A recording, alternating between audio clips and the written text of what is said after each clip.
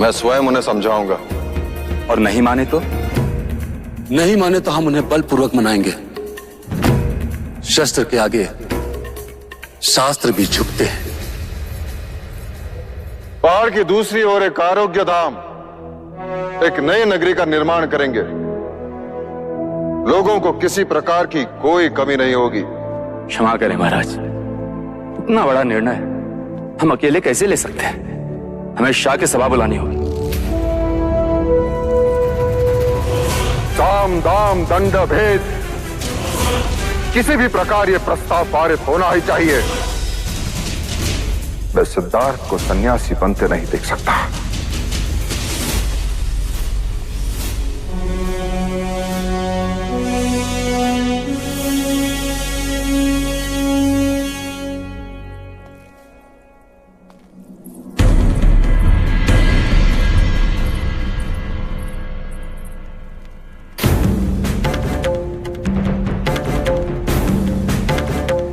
हमारी सभा संबोधन के बाद प्रस्ताव सर्वानुमति से पारित होना चाहिए। आप निश्चिंत रहे महाराज, सभी को समझा दिया गया है। कोई सिक्कों की बोली समझा तो कोई तलवार की भाषा, कोई विरोध शेष नहीं है। अब यहाँ वही होगा महाराज जो आप कहेंगे।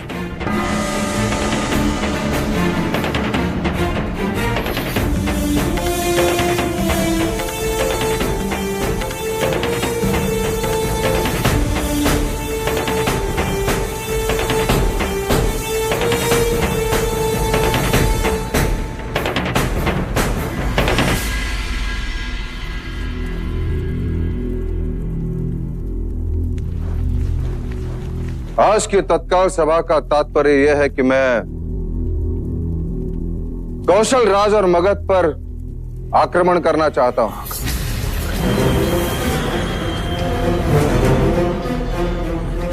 क्या हमने कुछ असत्य कहा? क्या हमें से हर एक शाक्य यह नहीं चाहता कि कपिल वस्तु का विस्तार हो? किंतु उन दोनों से युद्ध का विचार तो आत्मघाती है महाराज शुद्धोधन। कीचक जी, मैं 20 वर्ष पश्चात की बात कर रहा हूं। यदि कल फल खाना हो तो उसका बीज हमें आज ही बोना होगा।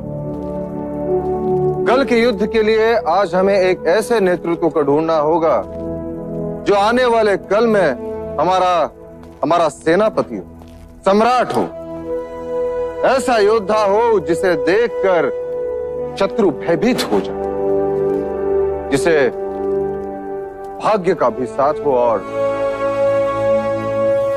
आप सबका साथ। मेरे कुमार सिद्धार्थ में ये सारी योग्यताएं हैं, ये केवल मैं नहीं कहता। शाक्य कुलगुरु वाचस्पति का भी यही कहना है। इसलिए हमें कुछ कड़े कदम उठाने होंगे जिससे हमारी आने वाली पीढ़ी शक्तिशाली हो, दुखों से कोसों दूर हो, चिंता से मुक्त हो। इसलिए मेरा यह सुझाव है कि हम एक नई नगरी का निर्माण करेंगे जहां कपिल वस्तु के रोगी, वृद्ध और आर्थिक रूप से पीड़ित लोगों को रखा जाएगा, जिससे हमारे युवकों को अपने कर्तव्य से मुक्ति मिले, ताकि वो युद्ध कला और राज्य के प्रगति की ओर अपना लक्ष्य केंद्रित कर सके।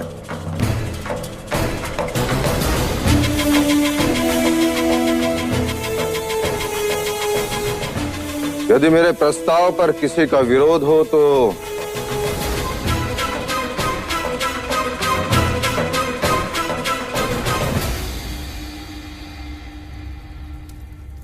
क्या शाक्य कुल के सभी प्रतिनिधियों को इस प्रस्ताव पर सहमति है? क्या महाराज शुद्धोधन की राय सबको मान्य है? तो क्या हम यह समझ लें शाक्य सभा में यह प्रस्ताव सर्वसम्मति से पारित होता है? महाराज शुद्धोधन की जय! महाराज शुद्धोधन की जय! महाराज शुद्धोधन की जय!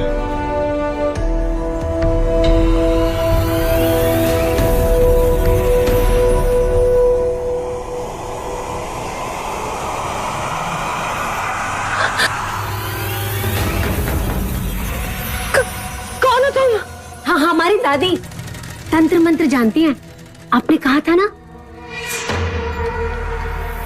लीजिए, इस बादाम को आप अपने पास रखिएगा, देखिएगा आज आपको कोई न कोई शुभ संदेश मिलेगा। हाँ ठीक है ठीक है, जाओ यहाँ से। शुभ संदेश मिलते ही इसे पानी में बहा दीजिएगा। हाँ ठीक है, जाओ। आओ दादी।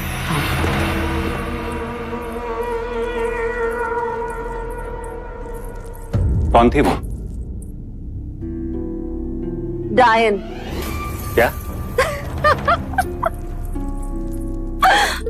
क्यों डर गए? कामुका की दादी, तंत्र मंत्र में इनका जोड़ ही नहीं। आप बताएं, शाखी सभा में क्या हुआ? नई नगरी का प्रस्ताव पारित हो गया। नई नगरी? सुनिए सुनिए सुनिए, कपिल वस्तु के सभी प्रजाजनों के हित में महाराज शुद्धोधन ने एक ऐसा निर्णय लिया है जो कभी किसी राजा ने अपनी प्रजा के हित में नहीं लिया। सुनिए सुनिए सुनिए। बात तो भाई महाराज के स्वार्थ की है, किंतु दिखावा परमार्थ का। और ये प्रजा है कि उनको और कुमार सिद्धार्थ को आशीर्वाद दे रही है। नई नगरी? सचमुच? ऐसा परमार्थी राजा ना हमने कभी देखा न सुना। कुमार सिद्धार्थ जुक जुक जिए। ये तो अनर्थ है, प्रजा की आंखों में धूल झोंकने की बात है आर्य। हमें कुछ ऐसा करना होगा जिससे महाराज का मुखौटा उतर जाए, प्रजा को सच्चाई का पता चले, महाराज शुद्धोधन अपमानित हो और कुमार सिद्धार्थ को भी प्रजा अभिशाप माने। किंतु ये कार्य करेगा कौन?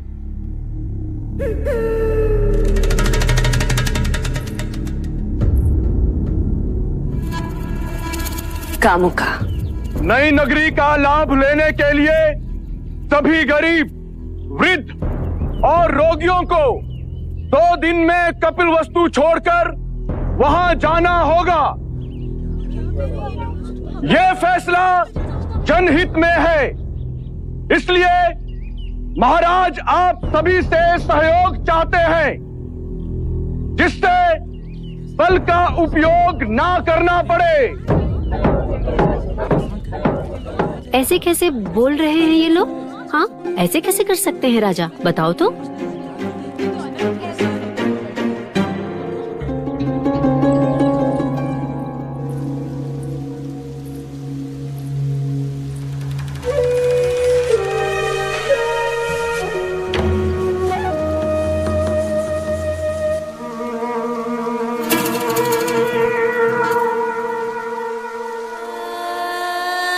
अरे इस भलाई के पीछे कितना स्वार्थ छिपा है, ये तो अंदर की बात है। एक बार यहाँ से निकले ना तो मानो पहुँच गए शमशान घाट। अरे उसके बाद तो वापस आने का नाम भी नहीं ले पाओगे तुम लोग। बताओ ये सब किसके कारण? कुमार सिद्धार्थ के कारण। कहते हैं उन्हें दुख नहीं दिखना चाहिए वरना कुमार सन्यासी हो जाएंगे। इससे तो अच्छा होता कि कुमार पैदा ही ना होते। महल में दिए जले इसलिए हमारे घर में अंधेरा। तो अरे कहते हैं बड़ा भाग्यशाली है, जन्म लेते ही माँ को खा गया और अब बड़ा हुआ तो ये कपिल वस्तु खाली करवा रहा है। ये कैसा भाग्यशाली है? हाँ, महाराज को रोकिए महादेवी प्रजापति। पुत्र प्रेम में पिता अंधा हो सकता है, ये तो सुना था, पर इतना क्रूर, इतना कठोर भी हो सकता है, ये पहली बार देखा। क्या हुआ मंगला दीदी? महाराज कपिल वस्तु से सारे दुखी, निर्धन, वृद्ध, रोगियों को राज निकाला दे रहे हैं। क्यों?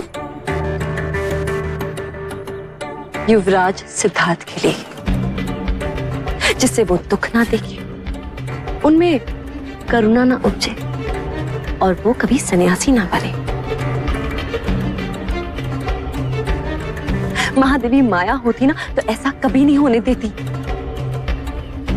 महाराज को रोकिए, कहीं प्रजाजनों में असंतोष फैल गया ना तो अनर्थ हो जाएगा।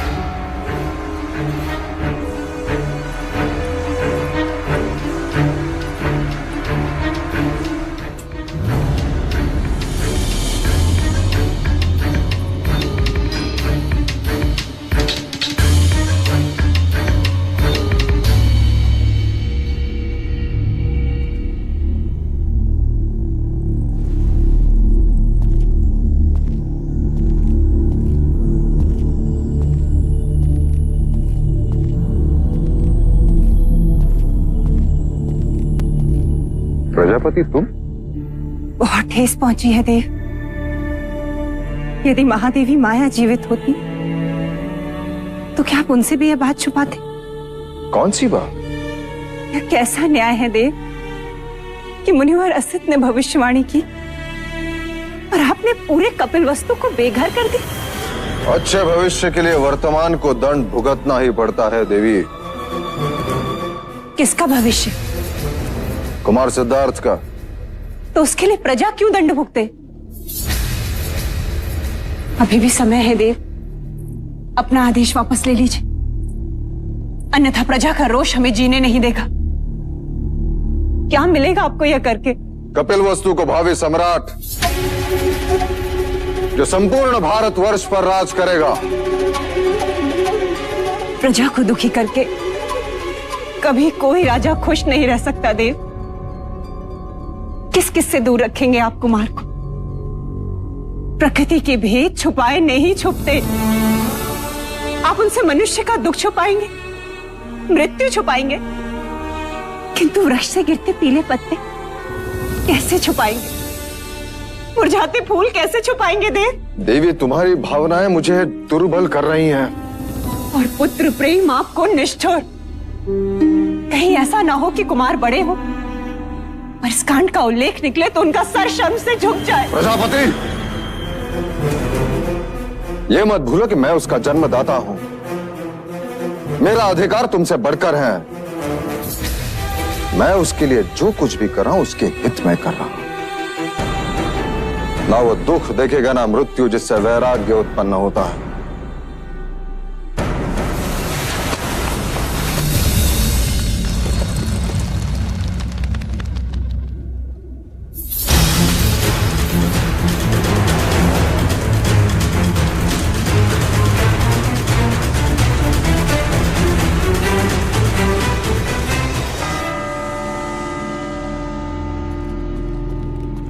आज के बाद कपिलवस्तु में कोई शमशान घाट नहीं होगा, कहीं धुआं नहीं उठेगा।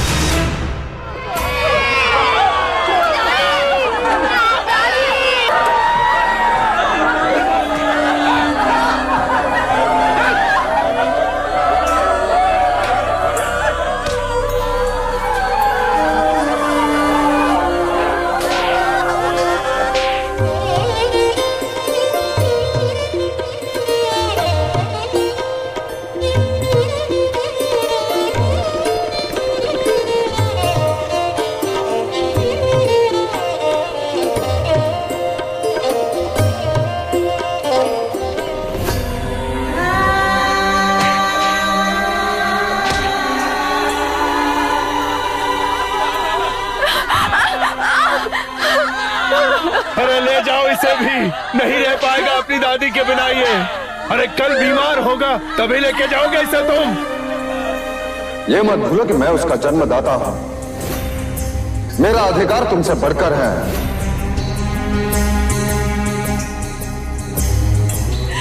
महादेवी, महादेवी, ये मनुष्यता नहीं है महादेवी। जब करुणा ही नहीं होगी तो मनुष्यता कहां से होगी? इतना अत्याचार मत करो हम पर। मत लो हमारा अभिशाप। हम पर जो बीती है ना वो एक दिन तुम पर भी बीतेगी। और जिसके लिए तुम हमें बेघर कर रहे हो वही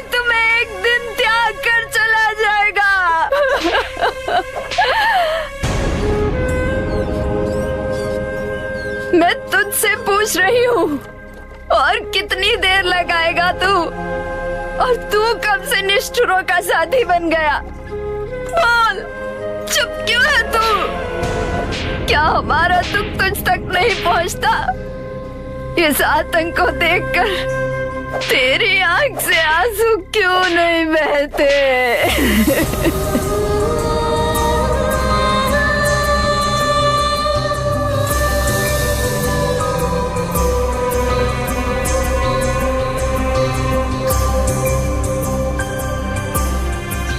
लौशिका, लौशिका देख, सिद्धार्थ के आंसू तो रुकने का नाम ही नहीं ले रहे। भाई महाराज, अब इस नगरी में कोई वृद्ध नहीं, कोई रोगी नहीं, कोई दुखी नहीं है देव।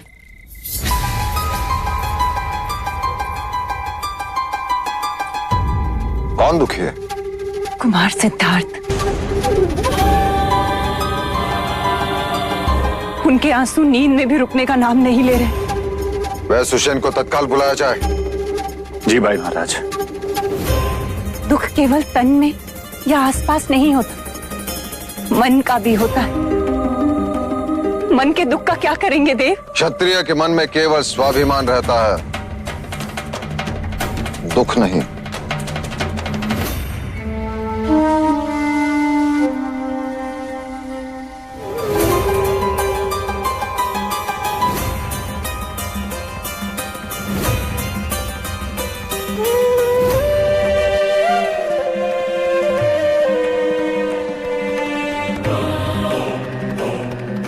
कुमार ने अवश्य कोई डरावना सपना देखा होगा, इसी कारण नींद में आंसू बहे होंगे, और बुखार का कारण भी यही होगा। मैं औषध भिजवा देता हूँ। भिजवाइए नहीं, मंगा लीजिए। आज के पश्चात आप परिवार समेत यही राजमहल में रहेंगे। आपका केवल एक ही कर्तव्य होगा कि राजमहल में कोई भी रोगी ना हो, मानसिक रूप से, शारीरिक रूप से। युवराज को कुछ नहीं होना चाहिए। डर में बीत गए दिन कितने, सन्नाटे में रातें, साम दाम दंड भेद के डंडे करते रहे बस बातें।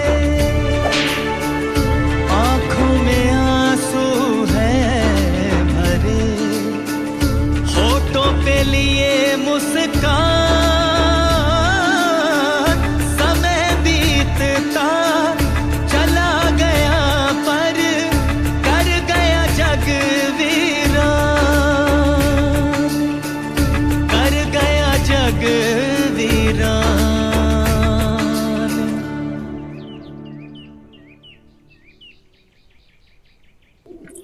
सिद्धार्थ, सिद्धार्थ, सिद्धार्थ, देवदत्त, सिद्धार्थ कहाँ है? वन मनुष्य तो वन में ही रहता है।